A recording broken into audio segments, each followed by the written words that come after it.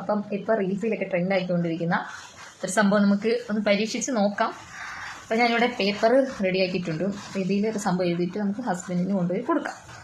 Okay, ഇവിടെ പേന നോക്കിയിട്ടൊന്നും കാണും. നമുക്ക് ലിപ്സ്റ്റിക്ക് വെച്ച് അഡ്ജസ്റ്റ് ചെയ്യാം.